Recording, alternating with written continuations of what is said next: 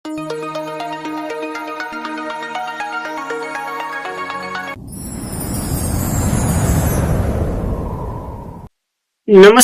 ગુજરાતના અધિકારી મિત્રો, આજે આપણે 16 જાન્યુઆરી 2026 નું મોસ્ટ ઇમ્પોર્ટન્ટ કરંટ અફેર એની સાથે સાથે જીકે અને જીએસ વિશે ચર્ચા કરવાના છે. તો ખાસ કરીને ચેનલ ઉપર નવા હોય તો ચેનલને સબસ્ક્રાઇબ કરી લેવી, વિડીયો પસંદ આવે લાઈક કરવો અને તમારા મિત્રો સુધી અવશ્યથી શેર કરી દેવો. તો ચલીએ આજના ઇમ્પોર્ટન્ટ ક્લાસની આપણે શરૂઆત કરી દઈએ. તો 21 જાન્યુઆરી 2026 ના રોજ કયા રાજ્યએ પોતાનો સ્થાપના દિવસ ઉજવ્યો? તો મણિપુર, મેઘાલય અને ત્રિપુરા એટલે આપેલ તમામ આવે, કારણ કે આ ત્રણેય રાજ્યનું અધિનિયમ અંતર્ગત અલગ અલગ થયા હતા અથવા તો મર્જ થયા હતા. તો મણિપુર, મેઘાલય અને ત્રિપુરા રાજ્યના સ્થાપના દિવસ 21 જાન્યુઆરીએ ઉજવવામાં આવે છે. આ વર્ષે ત્રણેય રાજ્યોનો સ્થાપના દિવસ 54મું વર્ષ નિર્ધારિત છે. તેઓએ 1971માં ઉત્તર પૂર્વીય ક્ષેત્ર, આપણે ખબર જ છે, જે 7 સિસ્ટરના જ ભાગ છે, આ ત્રણેય પુનર્ગઠન અધિનિયમ હેઠળ રાજ્યનો દરજ્જો મેળવ્યો હતો. તો ખાસ ઇમ્પોર્ટન્ટ, વાસ્તવમાં વાત કરીએ, મણિપુર અને ત્રિપુરા પહેલેથી જ કેન્દ્ર શાસિત પ્રદેશ હતા, તે પછી એને રાજ્યનો દરજ્જો મળ્યો. જ્યારે ભારતની બંધારણની 6ઠ્ઠી અનુસૂચિ હેઠળ 1969માં આસામ મેઘાલયનો ભાગ હતો. એને પુનર્ગઠન અધિનિયમ કરી અને મેઘાલયને આસામથી અલગ કરી અને રાજ્યનો દરજ્જો આપ્યો હતો. તો આખી આ પ્રક્રિયા હતી, જે ક્યારે યોજાઈ હતી? 1969 ના રોજ. તો ખાસ આ 1971, તો આ બંને ત્રણેય રાજ્યો આપણે મહત્વના છે, તો યાદ રાખવા અલગ અલગ પડ્યા હતા. ત્યારબાદ સરકારે કયા વર્ષ સુધી અટલ પેન્શન યોજના ચાલુ રાખવા માટેનો એક નિર્ણય લીધો છે? તો 31 સુધી. આમ તો 31 માર્ચના મહિનો, કારણ કે નાણાકીય વર્ષ ચાલતું હોય ને, તો બે વર્ષ ભેરા હોય, આપણને ખ્યાલ છે, તો 31 સુધી લંબાવશે. તો સરકાર આજે 2030 થી 31 સુધી અટલ પેન્શન યોજના ચાલુ રાખવા માટે મંજૂરી આપી. આ સાથે પ્રમોશન અને વિકાસલક્ષી પ્રવૃત્તિમાં ભંડોળ સહાયના વિસ્તારમાં આપવાનો આવશે. આ યોજના 2015માં શરૂ કરવામાં આવી હતી. અસંગઠિત ક્ષેત્ર કાયદા એટલે કે કામદારોને, જે વૃદ્ધાઓને અવસ્થા એટલે કે આવકની સુવિધા પૂરી પાડવાનો આનો ઉદ્દેશ્ય હતો. આજે નવી દિલ્હીમાં વડાપ્રધાન અને મોદી અને એમની મંત્રી પરિષદે આ નિર્ણય લીધો કે આપણે આ 2030-31 સુધી લંબાવવાના છે. તો ખાસ ઇમ્પોર્ટન્ટ ધરાવે, યાદ રાખવી. ત્યારબાદ અટલ પેન્શન યોજનાની શરૂઆત કરી લઈએ. એની શરૂઆત પ્રધાનમંત્રી નરેન્દ્ર મોદીએ 9 મે 2015 ના રોજ કલકત્તાથી કરી હતી. 9 મે 2025 ના રોજ આને 10 વર્ષ કમ્પ્લીટ થયા હતા. આ 10 વર્ષના માટે જ શરૂ કરવામાં આવી હતી. ઉદ્દેશ્ય અસંગઠિત ક્ષેત્રના લોકોને પેન્શન સુવિધા પૂરી પાડવાનું અને Europe pension fund regulation and development authority દ્વારા આનું નિયંત્રણ કરવામાં આવે છે. આની ઉંમર SSCGD પૂછી લીધી, તો યાદ રાખવી.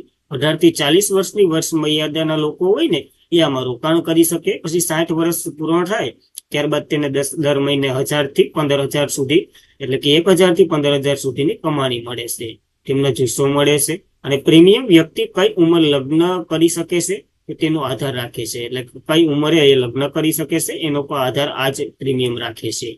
પ્રીમિયમ પોતાની રીતે નિર્ધારિત કરી શકે છે, કંઈ પણ રાખી શકે, પણ એને મળવા પાત્ર 1000 થી 15000 ની વચમાં મળે છે. તો ખાસ આ અટલ પેન્શન યોજના એક ઇમ્પોર્ટન્ટ ધરાવે છે, કારણ કે સરકારે લંબાવી છે, તો આપણને યાદ રાખવી. ત્યારબાદ અવકાશ જનાર બીજા ભારતીય મૂળના બીજી મહિલા કોણ બન્યા હતા, જે તાજેતરમાં જ નિવૃત્તિ લીધી છે? તો પહેલા તો કલ્પના ચાવડા હતા, ત્યારબાદ સુનિતા વિલિયમ બીજા બન્યા હતા. આપણને ખ્યાલ હોવો જોઈએ, તો બધા વિશે માહિતી લઈ લઈએ. અને ત્રીજા વ્યક્તિની વાત કરીએ ને, તો શિરીષા બંદાના છે. તો ત્રીજો પણ યાદ રાખવું, કારણ કે આ SSCGD પૂછી લીધું. ત્રીજું નામ છે શિરીષા બંદાના એનું. ત્યારબાદ નાસા અવકાશ યાત્રી સુનિતા વિલિયમ 2027ની વર્ષે અવકાશ ઉડાન કારકિર્દી બાદ નિવૃત્તિ લીધી છે. માનવ અવકાશ ઉડાનના ઇતિહાસમાં સૌથી સફળ આ અવકાશ યાત્રીઓમાંના એક સુનિતા વિલિયમ 70 વર્ષના અસાધારણ કારકિર્દી બાદ નાસામાંથી નિવૃત્તિ લઈ રહ્યા છે. 27 ડિસેમ્બર 2025ના અમલ આવતી આ તેમની નિવૃત્તિ આંતરરાષ્ટ્રીય અવકાશ, સ્પેસ અને 9 મહિનાના ઇતિહાસના મિશન છે. તો ખાસ હવે એમની થોડીક સિદ્ધિઓ જોઈ લઈએ, કારણ કે મોસ્ટ ઇમ્પોર્ટન્ટ છે. 27 વર્ષ વિતાવ્યા હોય અવકાશમાં, તો ઘણી સિદ્ધિઓ મેળવી છે. સુનિતા વિલિયમે પોતાની કારકિર્દીના 3 આંતરરાષ્ટ્રીય અવકાશી મિશનો પૂર્ણ કર્યા હતા, જેમણે અટાકામાં સ્પેસ સ્ટેશન પર કુલ 608 દિવસનો સમય વિતાવ્યો હતો, અને અત્યાર સુધીનો સૌથી વધારે સમય છે આ સ્પેસ સ્ટેશનમાં વિતાવેલો. તેમણે છેલ્લે અવકાશ મિશન દરમિયાન સુનિતા વિલિયમ 286 દિવસના અવકાશ યાન ભરી હતી, કારણ કે તેમના જૂન 2024માં જે 8 દિવસીય મિશનના અવકાશમાં ગયા હતા, પરંતુ તેમાં અવકાશી બોઇલિંગના જે તકનીકની ખામી કારણે ભાગીદાર એમના બુશ વિલિયમ્સ હતા. એ બંને સાથે 9 મહિનામાં એ પાછા કમ્પ્લીટ કરી અને પાછા અવતર્યા હતા. અંતે માર્ચ 2025માં સ્પેસ એક્સનું ડ્રેગન કેપ્સ્યુલ મિશન હતું ને, એનાથી એને પૃથ્વી પર ઉતારવામાં આવ્યા હતા. તો આ એક અધૂરું મિશન રહી ગયું, એ પણ યાદ રાખવું.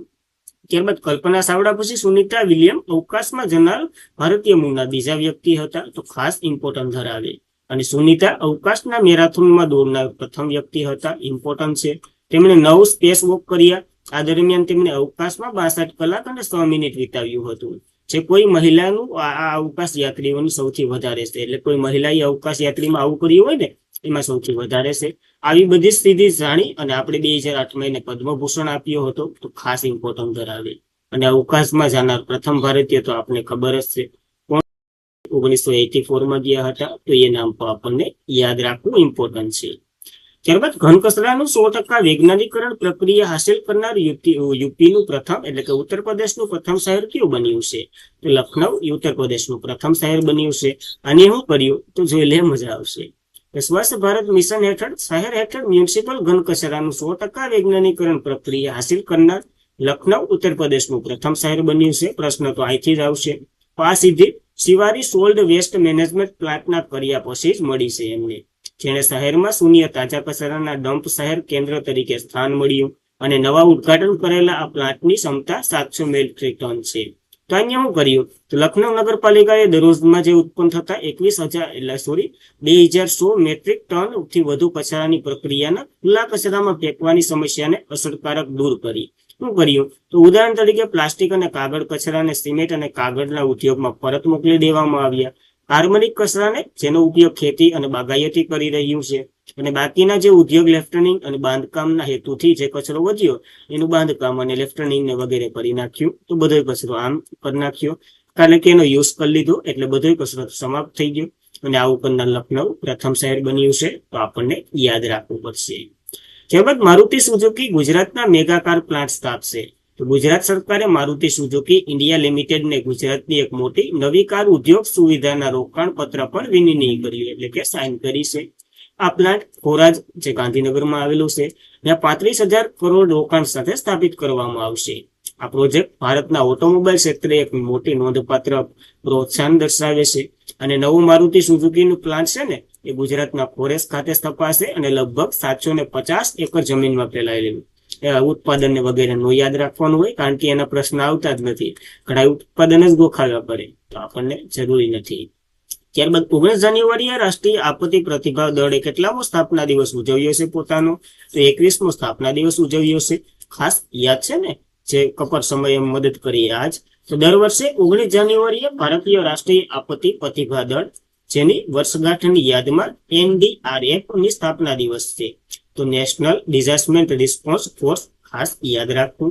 આની રચના 2005માં થઈ હતી, એટલે કે 2005નો અધિનિયમ હતો, પણ રચના 2006માં કરવામાં આવી હતી. અને NDRF એ ભારતીય આપત્તિ વ્યવસ્થાનું મોખરનું ઓલું છે, શું કહેવાય, એક ફોર્સ છે. અને 2026માં તેમણે 21મો સ્થાપના દિવસ ઉજવ્યો છે. NDRF ની વાત કરી લઈએ, એક ભારતની મોટી ખાસ દળ છે, જે આપત્તિ દરમિયાન જીવ બચાવે અને રાહત કાર્ય કરે છે. ગૃહ મંત્રાલય અંતર્ગત આવે છે. સૂત્ર તો આપત્તિ સેવા હંમેશા દરેક જગ્યાએ એનું સૂત્ર છે. અને ડીજી પિયુષ આનંદ છે. તો ખાસ આ મહત્વની સંસ્થા વિશે આપણને યાદ રાખવું ઇમ્પોર્ટન્ટ બનશે. ત્યારબાદ 86મી all India presiding officer conference 2026 ક્યાં યોજાઈ રહી છે? તો આ લખનઉ ખાતે યોજાઈ છે. આનું ઉદઘાટન ભારતના છે ને, આનંદીબેન પટેલ, એના દ્વારા કરવામાં આવ્યું છે, જે યુપીના ગવર્નર પર છે. તો ત્યાં થાય તો એને કર્યું. 3 દિવસીય કોન્ફરન્સ 19 થી 21 જાન્યુઆરી સુધી હાલવાની છે. કાયદાકીય પ્રક્રિયા, સંસદનીય પરંપરા, ગૃહ વર્તન, સુશાસન, વર્તમાન કાયદાકીય મુદ્દા વગેરે પર ચર્ચા કરવા માટે આ પ્રિસાઇડિંગ ઓફિસર સચિવોની પ્રતિનિધિત્વ એક યોજાઈ રહી છે, જેનું ઉદઘાટન આનંદીબેન પટેલે કર્યું છે, જે યુપીના ગવર્નર છે. મુખ્ય ઉદ્દેશ્ય તો પારદર્શકતા, કાર્યક્ષમતા અને નાગરિકને કેન્દ્ર કાયદાની પ્રક્રિયાઓમાં ટેકનોલોજીનો ઉપયોગ કરવો, કાર્યક્ષમતામાં સુધારો કરવો, ધારાસભ્યોની ક્ષમતાનું નિર્માણ કરવું, લોકશાહી શાસનને મજબૂત બનાવવું, આવા ઉદ્દેશ્યો સાથે આ યોજાય છે. પ્રથમ પરિષદ 1921માં શિમલામાં યોજાઈ હતી અને ભારતની કાયદાકીય સંસ્થાઓનું સૌથી જૂનું પરિષદ માનવામાં આવે છે આને, કારણ કે 1921 થી શરૂ છે, હાલે યોજાઈ રહી છે. તો આપણને યાદ રાખવી મહત્વ ધરાવે. તો સમકા સરલાયમાં જટાલા આદિવાસી ઉત્સવ કયા રાજ્યમાં ઉજવવામાં આવે છે? તો તેલંગાણામાં ઉજવવામાં આવતો સૌથી મોટો આદિવાસીનો તહેવાર આપણે માની શકીએ. આને ઇમ્પોર્ટન્ટ છે. સમકા સરલા જટાલા આદિવાસી ઉત્સવ જે તાજેતરમાં તેલંગાણાના મેદાન પર પવિત્ર વિસ્તાર છે ને ત્યાં પુનઃ વિકાસ સાથે 28 જાન્યુઆરી 2026 ના રોજ શરૂ થયો છે. દ્વિવાર્ષિક સમકા સરલમ્પા જટાલા તૈયારી એટલે કેમ તૈયાર થઈ રહ્યું છે. દ્વિવાર્ષિક એટલે દર 2 વર્ષે ઉજવવામાં આવે છે. આ દ્વિવાર્ષિક આદિવાસી અધ્યાત્મક ઉત્સવ છે જે કોયા આદિવાસી, ખાસ નામ યાદ રાખવું, કોયા આદિવાસી સમુદાયના પવિત્ર દેવી સમકા અને સરલાનું સન્માન કરે છે. હવે સમકા એટલે માતા અને સરલમ્મા એટલે પુત્રી. આનો એનો અર્થ થાય છે જેમણે કાકટીયા શાસનનો હતો ને એનો કર લાગ્યો હતો ને એ કર પર પોતાનો વિરોધ કરી અને પોતાએ બલિદાન આપ્યું હતું. આ વિરોધ કરવામાં એની પ્રાણ પણ ગુમાવ્યા હતા એટલે આ લોકો ઉજવે છે. આ તહેવાર દરમિયાન ભક્તો દેવતાઓ સમકા અને સરલા તેમના વજન પ્રમાણ જેટલો ગોળ ચડાવે છે. અને એશિયાનો સૌથી મોટો આદિવાસી તહેવારમાંનો એક છે જે વિશ્વનો સૌથી મોટો માનવ મળાપડો ગણી શકાય. અને કુંભ પછી ભારતનો આ બીજો સૌથી મોટો મેળો તમે ગણી શકો છો. આ સ્થળ દંકારણ્ય વનપટ્ટામાં ઇતુનનગર વન્યજીવ અભયારણ્ય છે ને એની અંદર આવેલું છે. અને 1966 ના રોજ રાજ્ય મહોત્સવ તરીકે આને જાહેર કરવામાં આવ્યો હતો. તો ઘણા ફેક્ટ પૂછાઈ શકે છે. મહત્વનો આદિવાસી તહેવાર છે તો આપણને યાદ રાખવો ઇમ્પોર્ટન્ટ ધરાવે છે એટલા માટે. ત્યારબાદ પટાવાડા વાઘ બટરફ્લાયને કયા કેન્દ્ર શાસિત પ્રદેશે રાજ્ય પતંગિયા તરીકે જાહેર કરવામાં આવ્યું છે? તો ચંદીગઢ સરકારે આને જાહેર કરી દીધું છે કારણ કે ઇમ્પોર્ટન્ટ ધરાવે છે. અને જો વાઘવાળું કઈ આપણું તો નથી કીધું, આ દેખાય ને, હા, તો કઈક લક્ષણો મળતા આવે છે. તો રાજ્ય વન્યજીવ બોર્ડે પટાવાડા વાઘ બટરફ્લાયને ચંદીગઢના રાજ્ય પતંગિયા તરીકે જાહેર કર્યું છે. તેના વૈજ્ઞાનિક નામ તો કે ડેનાસ જીન્યુટીવા છે. ખાસ સફરજનના નામ પૂછાઈ જતા હોય તો આનો તો સરસામાં છે તો આનું નામ યાદ રાખવું. કેન્દ્ર શાસિત પ્રદેશ એટલે કે પ્રશાસન ગુલાબચંદ કટારિયા ત્યાંના ગવર્નર છે ને એની અધ્યક્ષતામાં મળેલી એક બેઠક દરમિયાન આ નિર્ણય લેવામાં આવ્યો છે. આ પગલાંનો હેતુ કેન્દ્ર શાસિત પ્રદેશ જૈવ વિવિધતાનું સંરક્ષણ અને જાગૃતિને પ્રોત્સાહન આપે છે. કયા રાજ્ય આની પહેલા એક રાજ્યએ મહત્વનું કાર્ય કરી લીધું હતું? કયા રાજ્યએ પહેલીવાર પતંગિયાને રાજ્ય પતંગિયો તરીકે જાહેર કર્યું હતું? તો મહારાષ્ટ્રએ જાહેર કર્યું હતું. અને મહારાષ્ટ્રના જે બટર બ્લુમાં મમોનિયા મળે છે ને અહીંયાના બટરફ્લાયનું એક નામ છે એને કર્યું હતું. તો આ કઈ પહેલી વાર નથી, ખાસ ઇમ્પોર્ટન્ટ ધરાવે. હવે ચંદીગઢે કર્યું છે. એ પેલા ઉત્તર પ્રદેશને ઘણા રાજ્ય એવા છે જેના નામ નથી લેવા પણ એને પણ જાહેરાત કરી શક્યા છે. ત્યારબાદ કયા રાજ્ય સરકારે સુમોજી ઇલુલોકિયા વિરુદ્ધ એટલે કે શાસ્ત્રીય ભાષા સાહિત્ય પુરસ્કાર નામનો વાર્ષિક સાહિત્ય પુરસ્કારની જાહેરાત કરી છે? તો તમિલનાડુએ આ જાહેરાત કરી છે. તમિલનાડુના સીએમ એમ કે સ્ટાલિન દ્વારા આ જાહેરાત કરવામાં આવી છે. તો તમિલનાડુના મુખ્યમંત્રી એમ કે સ્ટાલિને સેમોજી ઇલાકિયા વિરુદ્ધ એટલે કે શાસ્ત્રીય ભાષાના સાહિત્ય પુરસ્કાર એક એવો પુરસ્કાર શરૂ કર્યો છે. યાદ રાખવું, આ વાર્ષિક પુરસ્કાર રહેશે. આ પુરસ્કાર દરેક ભાષામાં જે 5 લાખ રૂપિયા રોકડ પુરસ્કાર આપવામાં આવશે. પ્રથમ તબક્કામાં તમિલ, તેલુગુ, કન્નડ, મલયાલમ, ઓડિશા, બંગાળી, મરાઠી, ક્યાંય ગુજરાતી નથી. તો યાદ રાખવું ઇમ્પોર્ટન્ટ છે, ગુજરાતી માતૃભાષા છે. આ શરૂ કર્યો છે. આ પુરસ્કાર આપવામાં આવશે પ્રથમ એટલી ભાષામાં. અને શા માટે આવું કર્યું છે? તો કેન્દ્ર સાંસ્કૃતિક મંત્રાલયનું એક કથિક છે ને કે સાહિત્ય અકાદમીનો જે મેન પુરસ્કાર મળતો હતો એ રદ કરી નાખ્યો. હવે એ પછી આની જાહેરાત કરવામાં આવી છે રાજ્ય સરકારના આશ્રયદાર તરીકે તમિલનાડુએ શરૂ કર્યો છે. તો ખાલી પુરસ્કારનું નામ અને કયા રાજ્ય સાથે સંકળાયેલું છે 2 વસ્તુ યાદ રાખવું એટલે ઘણું છે. ત્યારબાદ એમરિયા વાવરેન્ડ ભારતીય સિનિયર મહિલા ફૂટબોલ ટીમના કોચ તરીકે નિયુક્ત થયા છે.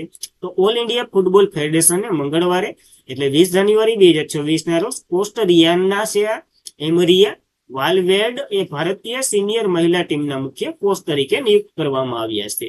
અને મહિલા ટીમને આપણે બ્લુ ટાઈગર્સ તરીકે તો ઓળખીએ જ છે. તો ખાસ યાદ રાખવું. આ સાથે ભારતીય ફૂટબોલ ટીમના કોચ પણ છે જે પુરુષના છે. તો કોચ ખાલિદ જમીની છે. તો એ પણ નવા હતા. તો ખાસ આ બંને નિયુક્તિ યાદ રાખવી. ત્યારબાદ કાલનું રિવિઝન કરી લઈએ. તે પહેલા ચેનલ ઉપર નવા હોય તો ચેનલને સબસ્ક્રાઇબ કરી લેવી. વિડીયો પસંદ આવે લાઈક કરવું અને તમારા મિત્રો સુધી અવશ્યથી શેર કરી દેવો. તો ચલીએ શરૂ કરીએ કાલનું રિવિઝન. તો ખેલો ઇન્ડિયા વિન્ટર્સ ગેમની 6ઠ્ઠી આવૃત્તિ કયા રાજ્ય અથવા તો યુનિયન ટેરિટરીમાં યોજાઈ રહી છે? તો લદ્દાખમાં શરૂ થઈ પછી જમ્મુ કાશ્મીરના ગુલમર્ગમાં જ થવાની છે. તો યાદ રાખવી. કયા રાજ્યના મુખ્યમંત્રી એમ ચંદ્રબાબુ નાયડુએ જણાવ્યું કાકીનાડા ખાડી હોપ આઇલેન્ડ પર સેટેલાઇટ લોન્ચિંગ સુવિધા બનશે? તો આંધ્રપ્રદેશના સીએમ છે અને હોપ આઇલેન્ડ ખાસ યાદ રાખવું. એરિડા કંપનીએ કયા દેશને સંવર્ણ સોલાર પ્રોજેક્ટ માટે પ્રથમ આંતરરાષ્ટ્રીય ગ્રીન લોનને મંજૂરી આપી છે? જામ્બિયાનો આ પ્રોજેક્ટ છે એને મંજૂરી આપી. ભાજપે કોને નવા રાષ્ટ્રીય પક્ષ પ્રમુખ તરીકે નિયુક્ત કર્યા છે? તો નીતિન નવીનને નિયુક્ત કર્યા છે. નીતિન નવીનને યાદ રાખવા. કઈ રમતના ખેલાડી સાયના નેહવાલે નિવૃત્તિ લીધી છે? તો ટેનિસના ખેલાડી છે જેને તાજેતરમાં નિવૃત્તિ લીધી. કયું રાજ્ય સરકારે ગેંગસ્ટર નેટવર્કને તોડી પાડવા માટે ઓપરેશન પ્રહાર શરૂ કર્યું? પંજાબે શરૂ કર્યું છે ભગવત માનની સરકારે. ભારત અને કયા દેશ દ્વારા તાજેતરમાં જોખમી હાનિકારક પદાર્થને પ્રતિભાવ કવાયત હાથ ધરવામાં આવી છે? તો યાદ રાખવું જાપાન આવે છે. કાલ ઓપ્શનમાં નતું, આજ આવી ગયું. ત્યારબાદ કયા રાજ્યના કુંભલગઢ વન્યજીવ અભયારણ્યને ઇકો સેન્સિટિવ ઝોન જાહેર કરી દીધું છે? તો આ બીજું છે. આની પેલા એક યુપી નું કરી દીધું હતું. કયું હતું? કાલ નામ દીધું હતું, આજ તમે દઈ દો. આ રાજસ્થાનનું છે. ખાસ ઇમ્પોર્ટન્ટ ધરાવે બંને. ભારતની સૌથી મોટી આંતરરાષ્ટ્રીય બેડમિન્ટન ટુર્નામેન્ટ ક્યાં યોજાઈ છે? તો નવી દિલ્હીમાં સમાપ્ત થઈ છે. તો આપણને યાદ રાખવી પડશે. ત્યારબાદ બીજું વૈશ્વિક બૌદ્ધ શિખર સંમેલન ક્યાં શહેરમાં યોજાઈ રહ્યું છે? તો નવી દિલ્હીના ભારત મંડપમ ખાતે આનું મહત્વનું આયોજન થઈ રહ્યું છે. અને આજના માટે એટલું જ હતું. ખાસ કરીને મિત્રો, વિડીયો બનાવવા પાછળ બહુ મહેનત જાય છે. તો આ મહેનત તમને લાગતી હોય તો લાઈક કરો, શેર કરો અને તમારા મિત્રો સુધી અવશ્યથી આ ચેનલને શેર કરો, જેથી એ પણ સબસ્ક્રાઇબ કરી લે અને એને પણ આવી માહિતી મળે.